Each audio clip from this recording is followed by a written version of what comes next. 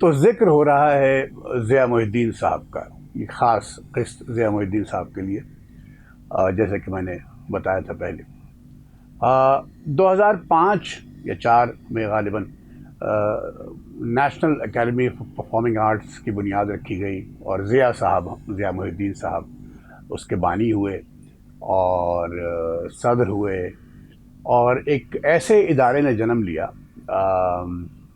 جس نے، میں سمجھتا ہوں کہ پرفارمنگ آرٹس کی دنیا میں، پرفارمنگ آرٹس کے شعبے میں بہت زبردست کام کیا، کارہائے نمایاں انجام دیے۔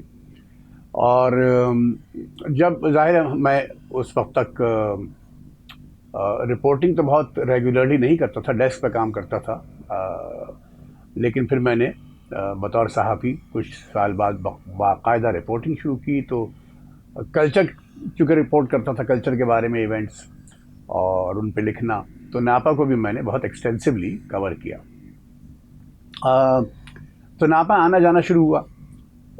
ضیاء صاحب کا ظاہر ہے، ضیاء صاحب کا ایک امیج تھا، ایک دبدبہ تھا، ایک تنتنا تھا، تو ان سے تو فاصلہ رہا۔ کبھی کبھار نظر آ جاتے تھے تو ہاتھ ملا لیا، سلام کر لیا، لیکن ضیاء صاحب کے جو رفیق تھے، جو ان کے ساتھ کام کر رہے تھے، ہمکار تھے، ارشد محمود صاحب مشہور کمپوزر، اور استاد نفیس احمد صاحب ستار نواز، ان سے دوستی ہو گئی، بے تکلفی ہو گئی، مذاق کا رشتہ سا ایک بن گیا۔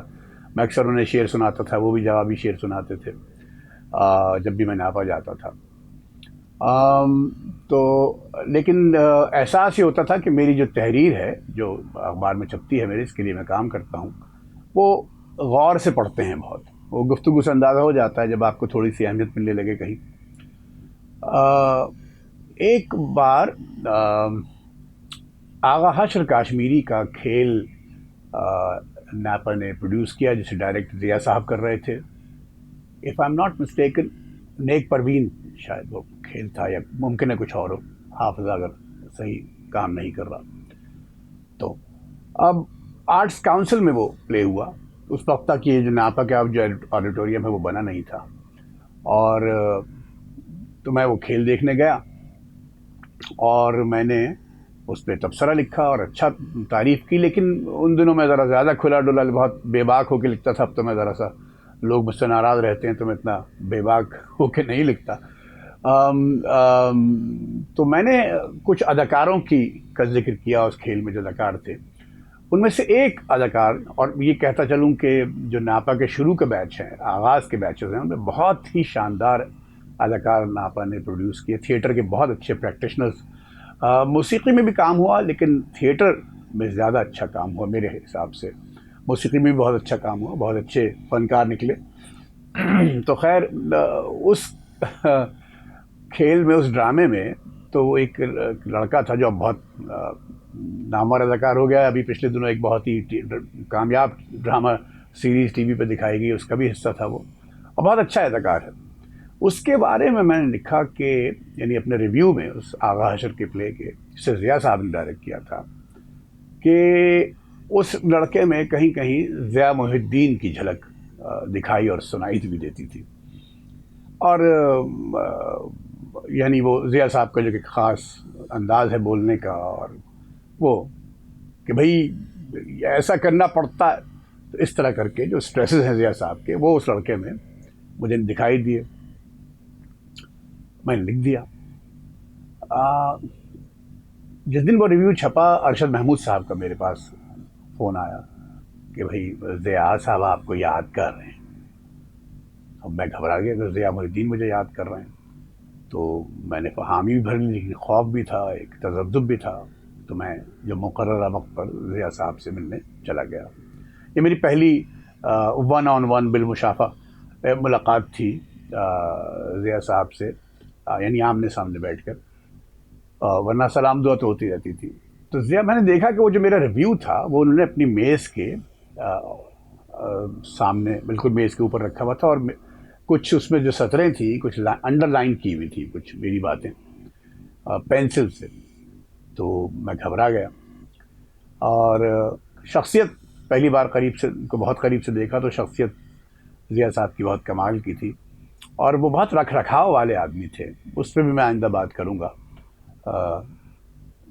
تو کہنے لگے بھائی میں آپ کے مضامین پڑھتا ہوں اور آپ درست لکھتے ہیں بہت سی باتیں، لیکن آپ نے جو یہ لکھا ہے کہ یہ لڑکا اس لڑکے کا نام لیا کہ یہ میرا پرتو ہے، یعنی سایہ، پرتو سایہ یعنی وہ میری نقل کرتا ہے، بھائی یہ بات کچھ درست نہیں۔